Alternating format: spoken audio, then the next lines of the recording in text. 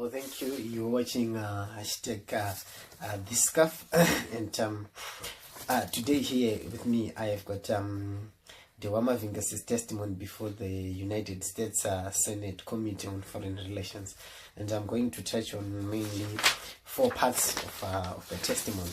And the first part of the testimony reads: there have been no indication that Mnangagwa's administration intends to ensure independence and enhance the professionalism of Zimbabwe Electoral Commission. Then the other part says the new president Mnangagwa assumed office with military backing and appointed 2 army generals to cabinet, Air Marshal Perence Shiri and Major General Sibusiso Moyo. Then the other part reads: it is important now that the military leadership publicly announce its commitment to credible, free and fair elections, and that it respects the outcome of the elections. Then the last part reads: Human Rights Watch urges Congress to maintain existing U.S. policy towards Zimbabwe until the military removes itself from politics and the 2018 elections are legitimately assessed to be peaceful, transparent, free and fair, and the power is smoothly transmitted to the newly elected government. So I don't know. All these issues, they were raised in an attempt to discredit the government, which he called the military government.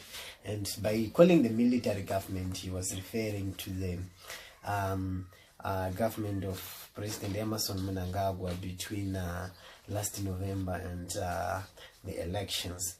It's quite interesting how he would mention the issue to do with military appointments in civilian offices in America, where a lot of people, or where some certain individuals in the Senate and in the Congress are ex-military personnel.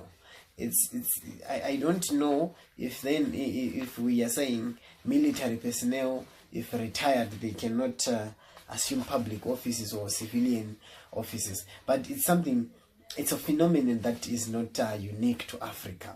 It is not essential in Africa. But we also see it happening in Europe. We also see it happening in America, where America would say it's the heart of democracy. There are also military appointments of ex-military personnel into civilian office. So we are not going to discuss, or I'm not going to discuss on that one, because that one is just an irrational argument. I'm sorry to say that. And also, it's funny how Mr. Dewama Vinga had the chicken audacity to really talk of military appointments into civilian offices in America, and he even went on to say it's the military leadership that should publicly announce its commitment to credible, free and fair elections and its respect for the outcome of the elections. It's funny, today who is refusing the outcome of the election? Is it the military leadership, or is actually the very people who are advocating for the military leadership to respect the outcome of the elections? Tendai BTO was also part of this United States Senate subcommittee on Zimbabwean issues. He also made reference to the military committing itself to transfer power to the newly elected government. And unfortunately, the military is not meddling in the politics or the military. We only saw a tragic event on the 1st of August, which we all regret and which we all condemn.